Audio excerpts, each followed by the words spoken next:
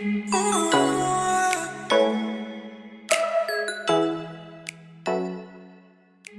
and welcome back here. If you're new to this channel, I am Machi and I live and study here in the Philippines.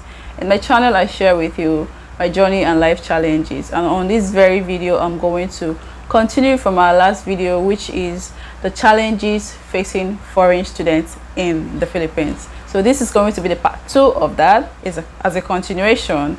I'll just go right into it, and before I start, I would just love to say, guys, please, if you've not subscribed to this channel, to just do so now.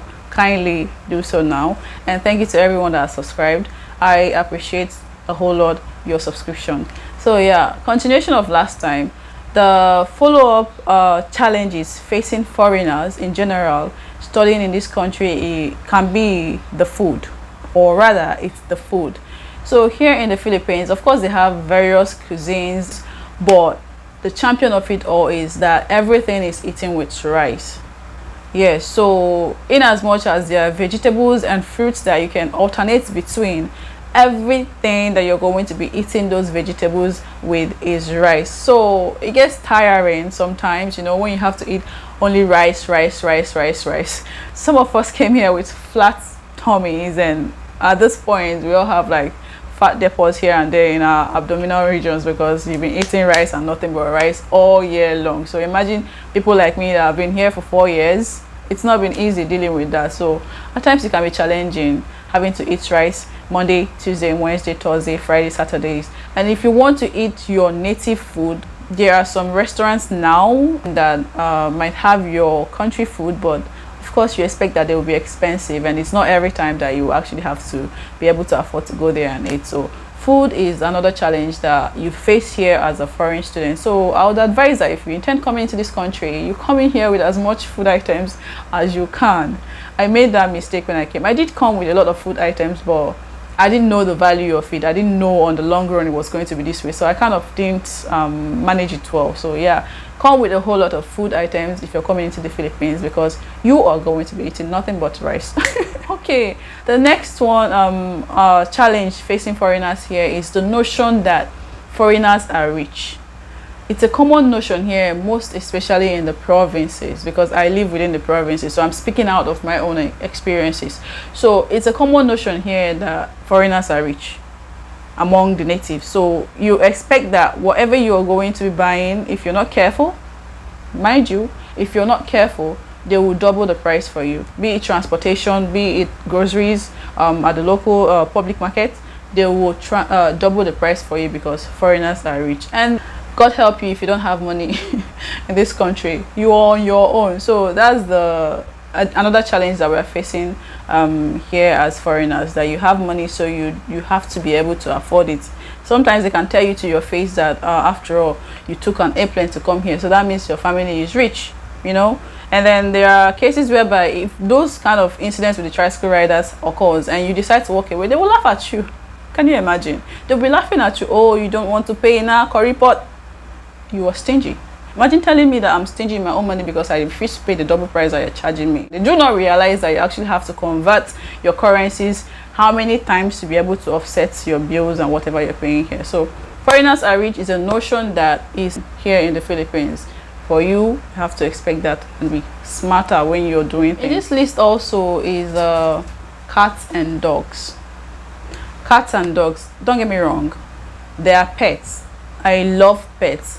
But stray dogs and stray cats are a common thing in this country, Philippines.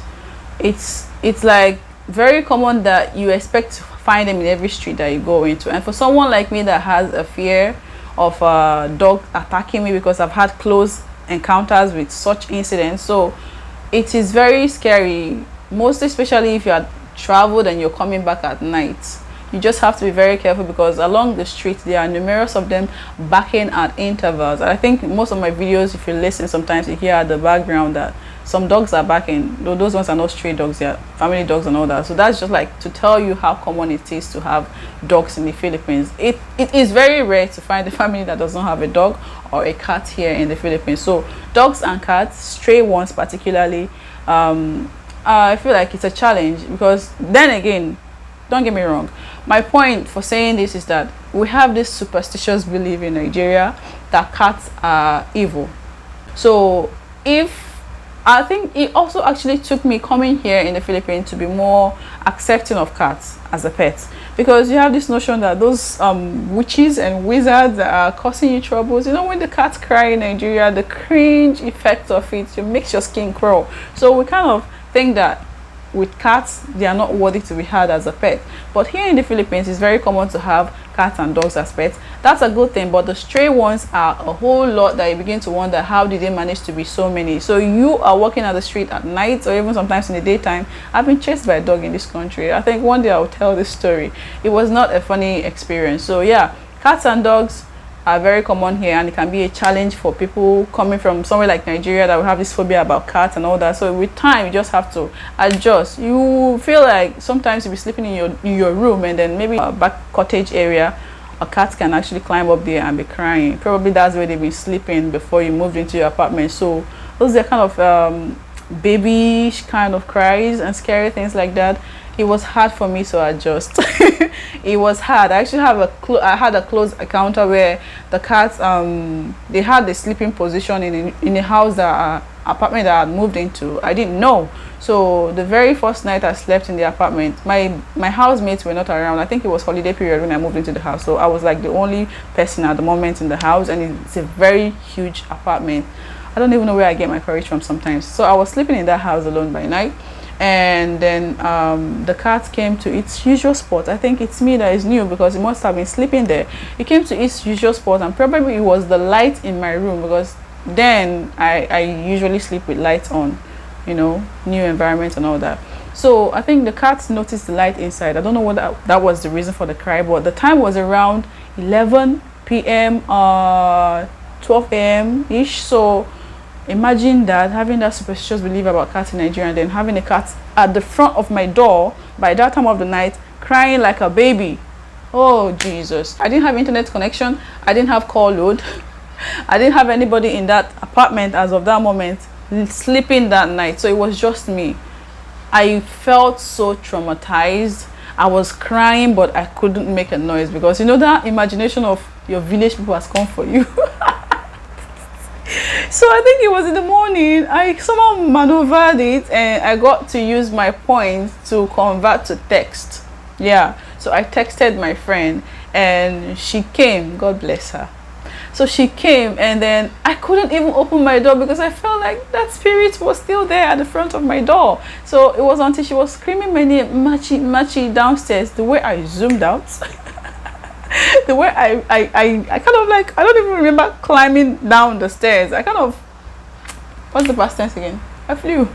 The way I flew down the stairs, my goodness. I didn't sleep in that house for 3 good days afterwards because I was scared. It took my friend convincing me a whole lot that cats are normal in this country, and their cries does not mean that they are witches, because now she's also more open-minded about it. So cats and dogs are a challenge to me. I'm kind of adjusting to the cats not being a demon aspect, but with the stray dogs in the street, I still fear that I might get beaten sometimes. So there is a lot of stray dogs in this country. That is another challenge that you should expect as a foreigner coming here in the Philippines. So you adjust your, acceptance and all that. The next one is homesick. You're far away from home, and then sometimes something can just happen and trigger you feel like crying. You could be in school, you could be at the market, and you feel like, oh, because my family is not here with me, this is why this is happening to me. So sometimes you feel homesick, and most of us here, we actually stay here for the whole duration of our study without actually going back to our country. Yeah, so you can imagine how hard that can be. It could be for various reasons, it could be optional, but yeah, some of us don't even get the chance to travel back for a period of for the period of 4 years or 5 years that we're staying here. So you tend to feel homesick a lot, and loneliness is another thing. If you're someone that is extroverted, unlike me, I think I'm introverted or somehow in between. So if you're good with making friends, good for you, but if you're not, then you will take you a whole lot of time to actually open up and adjust and make new friends here. So at the onset of you coming into this country, expect that it's going to be a whole lot lonely. It's going to be a whole lot lonely, because I don't think there are social clubs like that with schools that actually give you an opportunity to relate outside of your classmates, you know, like try to make friends with people. It's just you definitely out there fighting for yourself and trying to build friendship. So it can get lonely and challenging sometimes. So expect that also as something that you'll be facing if you're intending to come in here. And for people that are already here, they know and understand what I'm saying. Yeah, and on this list also is health related problems. I mentioned the hospital in one of my videos about the good aspects of this country, but also it can be a challenge in the sense that if you get sick here, you are on your own. Sometimes your school does not have the facility or the planning to actually how do I put it, they don't have they are not responsible for you when you're sick. Your schools are not responsible for you when you're sick. I don't know about some other foreign countries where students go to study. I think there are packages whereby insurances are included in your school payments and all that, where you know that if you're sick, your school is responsible for you.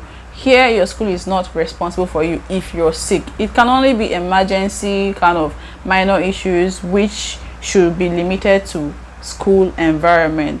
Let's see, the first vaccines like the hepatitis B and all that vaccines, and then dental checks, but not treatments. You have to pay for the treatment, but regular dental checks, of course you pay that one as part of your fees in the school, but there is no insurance coverage for you that if you're sick and you let's say situation that might warrant surgery or major medical attention, you pay by yourself and you don't have any insurance. So it's going to be costly. Trust that it will be very costly here to pay it as a foreigner, but probably subsidized with the government hospitals. So that's another challenge here that you should be kind of expect that you encounter or that we face here as foreigners studying in Philippines. Now the last in this list of the challenges that you encounter as foreigners studying in this Philippines is communication perception. You know, I'm going to use Nigerians as an example. When we Nigerians speak, if you're not Nigerian, you will think that we are fighting or arguing, because we tend to have a louder tone when we are speaking, unlike Filipinos. So sometimes when we are talking, they will see us as being loud or lousy. Or sometimes when you're responding to your friend, a Filipino, or your classmate, they will say that you're mad or you're angry at them or that you're being rude. But no, that's just a misconception. You have to be able to understand where the person is coming from. So I'm putting it out there that sometimes the Nigerians can be loud when they are speaking. That does not mean they are fighting. That does not mean they are being rude. They are just trying to communicate. That's just the way we talk. That's the way we are. And of course, Nigerians are quite assertive. So when they disagree with you, they want to like hit the nail at the head. So they're like, yes, this is what I'm trying to say, this is what I believe in. So it's not fight, it's not be fight, it's just we trying to express ourselves the best we can, how we know how to. So that can also be a misconception, because they tend to see you as being rude or being aggressive and then shy away from you or engaging you and all that. So it's a misconception, and I think settling that or a solution to that is like code switching, which most of us do here. When you're talking to a Filipino, like how I'm speaking now, if I were to be talking to a Filipino one-on-one, I would not be speaking English in this manner. I'm definitely going to switch it in an accent that is more Filipino-like, and that way we tend to communicate more. So those are the kind of challenges that you expect to face, or we that are here already as foreigners are facing studying in this country. And with that, we've come to the end of this video. Thank you so much if you watched this extent, and kindly do what? Subscribe to this channel to support me and leave a comment for me. Please, I would like to see you guys comment so that I will know that, okay, I'm doing it right. And of course, click on your notification bell so that you get my updates whenever it's out there. And with that being said, have a wonderful day, and it's a bye from me.